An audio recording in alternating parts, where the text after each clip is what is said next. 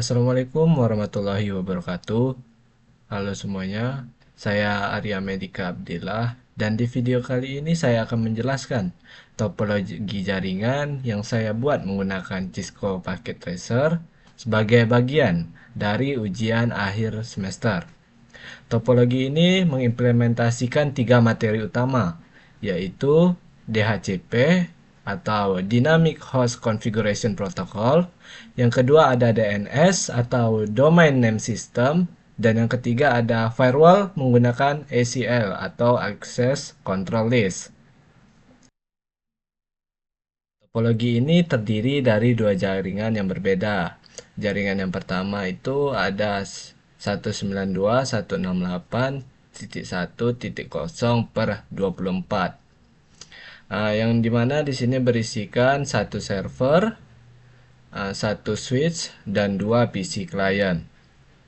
Kemudian di jaringan kedua yaitu 192.168.2.0/24 juga. Di sini berisikan tiga server dan satu switch. Dua jaringan berbeda ini terhubung dengan satu router, yaitu router 0 ini. Router berada di tengah ini menjadi penghubung antara kedua jaringan dengan IP interface. Face Ethernet 0-nya yaitu 192.168.1.1. Kemudian di face Ethernet 0/1-nya di 192.168.2.1 mengarah ke jaringan DNS. Oke, langsung saja kita masuk ke materi yang pertama, yaitu DHCP atau Dynamic Host Configuration Protocol. Sedikit informasi, DHCP adalah protokol yang digunakan untuk memberikan IP address secara otomatis kepada perangkat yang terhubung ke jaringan. Daripada mengatur IP secara manual, DHCP membuat proses ini otomatis, cepat, dan mengurangi resiko konflik IP.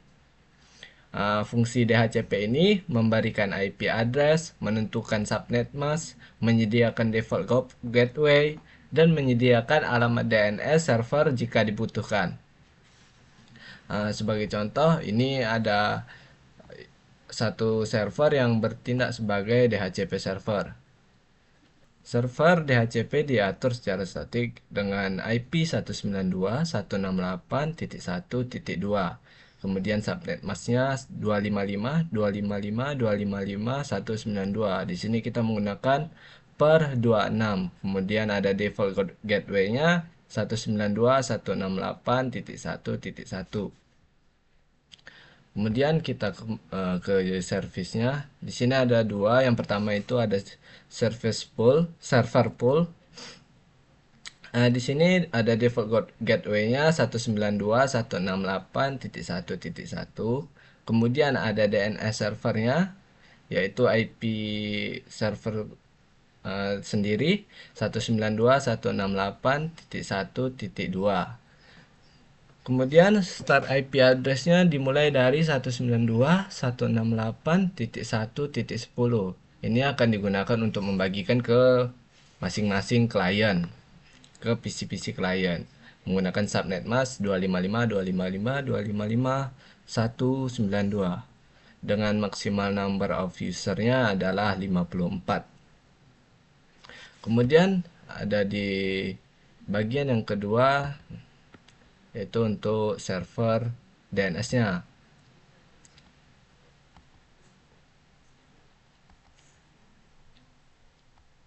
Server DNS ini menggunakan default gateway 192.168.2.1. Kemudian DNS servernya sendiri yaitu masih ke arah server yang di sini, server utama 192.168.1.2. Start IP address-nya itu di 192.168.2.10. Jadi nanti yang dibagikan kepada ruangan server ini mulai dari 10 juga. Menggunakan subnet mask yang sama 255.255.255.192. Maksimum usernya itu ada di 54 karena menggunakan menggunakan per 26, yaitu dengan maksimal user 64, dan kemudian dimulai dari start 10, artinya 54 maksimum number of user. Kemudian kita cek di PC kliennya. Di sini PC klien mendapatkan IP secara DHCP, yaitu 192.168.1.10, yang subnet masknya 255.255.255.192. Ini didapatkan secara DHCP atau otomatis. Kemudian kita lihat di bagian sini, PC kedua juga mendapatkan secara otomatis, yaitu 192.168.1.11. Kemudian di bagian yang kedua juga di server, setelah di routing melalui CLID router, akan terhubung ke gateway 192.168.2.1 ini. Server akan mendapatkan IP secara otomatis karena kita juga menyetingnya secara DHCP, yaitu 192.168.2.10. Kemudian di sini server aria.com 192.168.2.11. Kemudian di youtube.com juga mendapatkan P192.168.2.12. Kenapa dapatnya yang pertama itu 10? Karena kita menyeting start IP yang dibagikan itu mulai dari 10, 192.168.2.10. Makanya berurut 10, 11, 12, dan seterusnya. Oke, selanjutnya kita masuk ke materi yang kedua, yaitu DNS atau Domain Name System. Domain Name System ini adalah sistem yang menerjemahkan nama domain seperti google.com menjadi alamat IP seperti 192.168.2.11 yang bisa dikenali oleh komputer. Tanpa DNS ini, pengguna harus mengakses situs menggunakan alamat IP secara langsung. Fungsi DNS ini menerjemahkan domain menjadi IP address, kemudian mempermudah akses ke situs tanpa menghafal IP, dan yang ketiga itu menjadi penghubung antara pengguna dan server tujuan. Di sini, di dalam topologi ini terdapat 3 server yang menjadi DNS. Yang pertama itu ada server aria.com, yang kedua ada ptikb.net, kemudian ada youtube.com. Masing-masing ini adalah penerjemah dari IP 192.168.2.11 di aria.com, kemudian di ptikb.net itu IP-nya 192.168.2.10, dan yang ketiga itu di youtube.com 192.168.2.12. Untuk konfigurasinya di sini di bagian ini ada aria.com, ptkb.net, dan youtube.com. Ini di bagian server utama dan service di DNS. Menambahkannya tinggal tambahkan di sini dan menambahkan IP-nya di bagian addressnya. Kita coba dulu uji.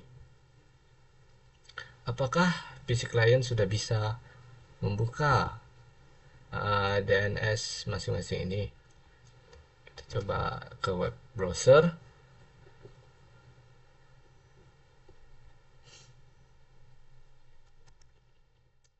Bentar.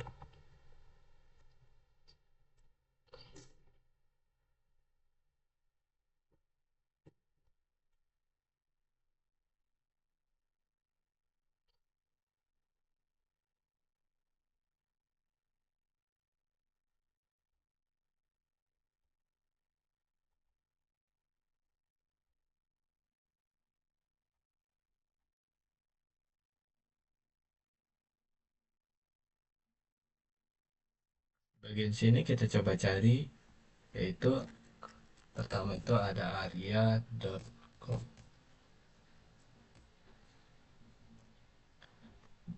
Akan menampilkan selamat datang di aria.com yang ada di di sini di server. Kemudian kita coba pula menuliskan hanya IP.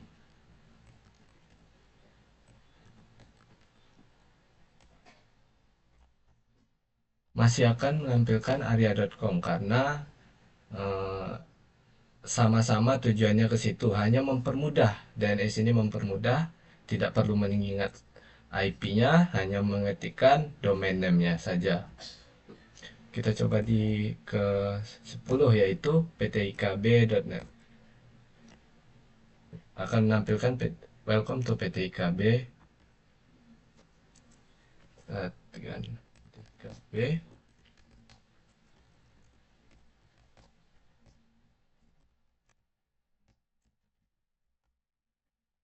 Menampilkan uh, website ptikb. Kemudian kita ke YouTube, bisa juga.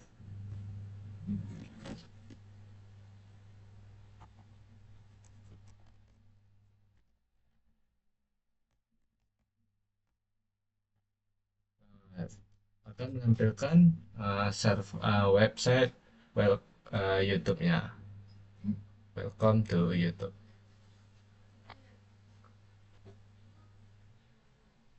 Kemudian setelah berhasil semuanya, kita mau coba ke materi yang ketiga, yaitu firewall.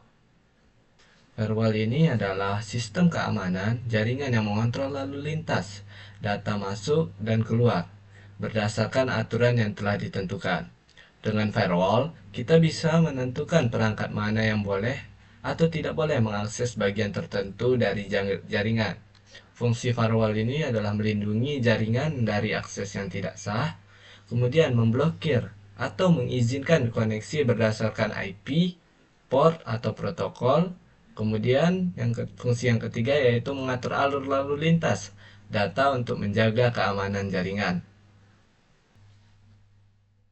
Contohnya di sini kita bisa mengakses website PTIKB.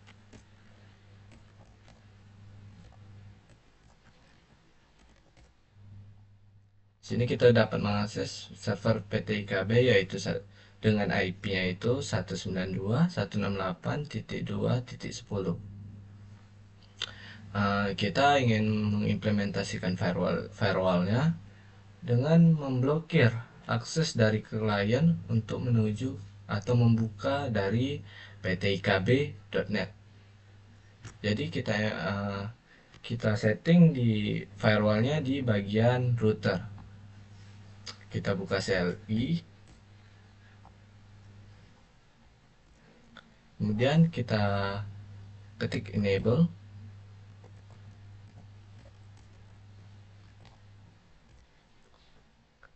Kemudian kita konfigurasi terminal.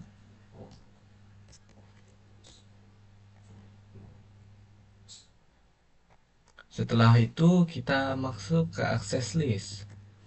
Access list 100 deny IP ini 192 titik. Di sini kita masukkan IP yang mau kita blokir atau kita batasi untuk kunjungan ke IP tersebut. Kita ingin memblokir ptikb.net, kita ketikkan 192.168.11.10 karena server atau server PTIKB itu memiliki IP 192.168.2.10.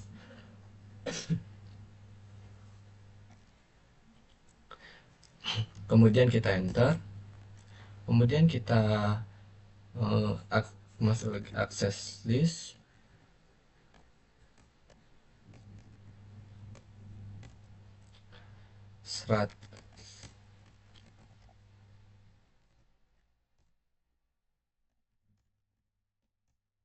Kemudian kita ketikkan access list 100 permit IP any.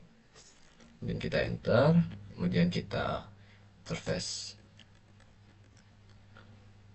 SFA 0 tuh. Kemudian kita IP access lagi slash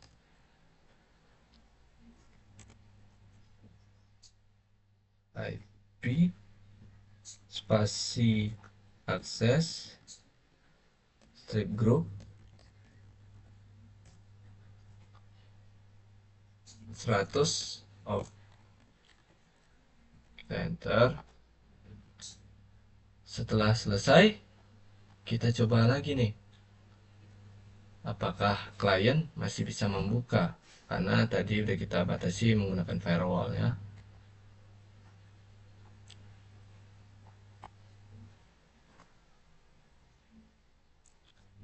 Karena tadi kita sudah membatasi menggunakan firewall access control list atau ACL. Oke, kita coba. Tadi udah kita config di router, kita coba buka di web. Kita coba klien bisa tidak membuka server ptikb.net lagi. Sebentar.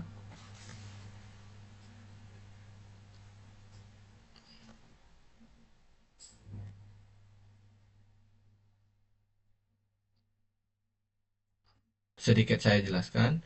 Conf alias configuration terminal untuk masuk ke mode konfigurasi global, tempat kita bisa mengetik perintah dan pengaturan.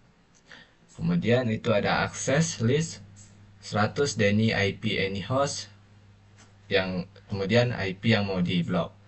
Apa sih gunanya? Gunanya itu semua paket dari manapun yang tujuannya ke IP 192.168.2.10 akan diblokir.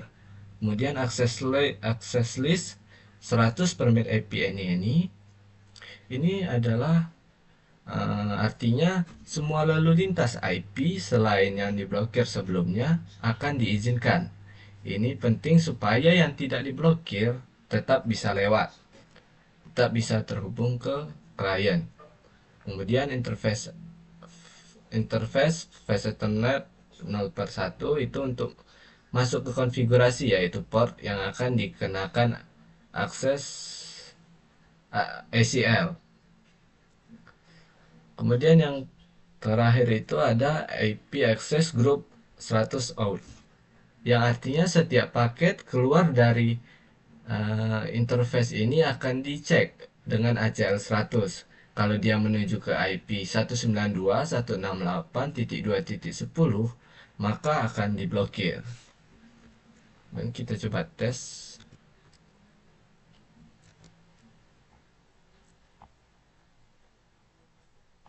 di browser klien. Kita coba ptkb.net.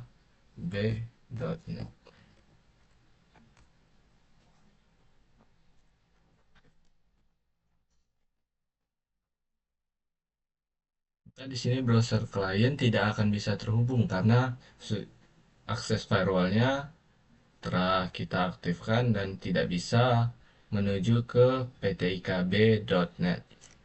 Nah, coba kita ke server lain.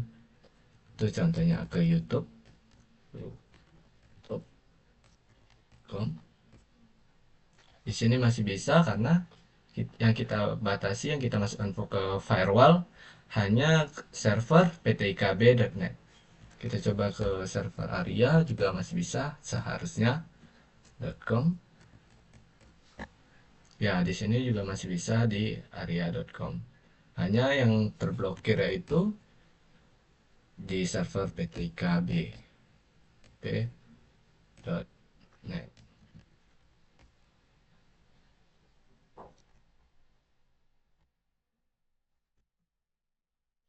Bentar,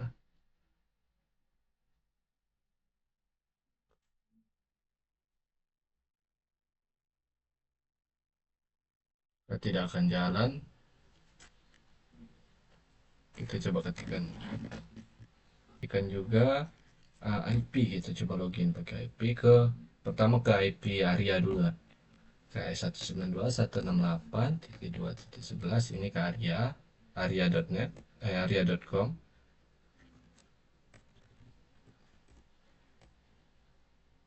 Bisa kita coba ke akses IP dari PT IKB yang kita kasih firewall tadi, 192.168.2.10. Kita coba tunggu.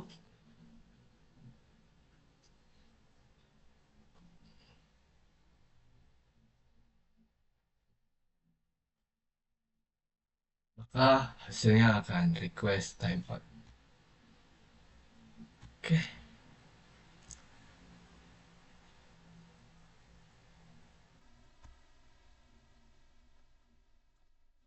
Mungkin hanya itu yang bisa saya sampaikan di penjelasan singkat tentang implementasi topologi, DHCP, DNS, dan firewall. Jangan lupa like dan komen serta subscribe. Sekian dari saya. Terima kasih.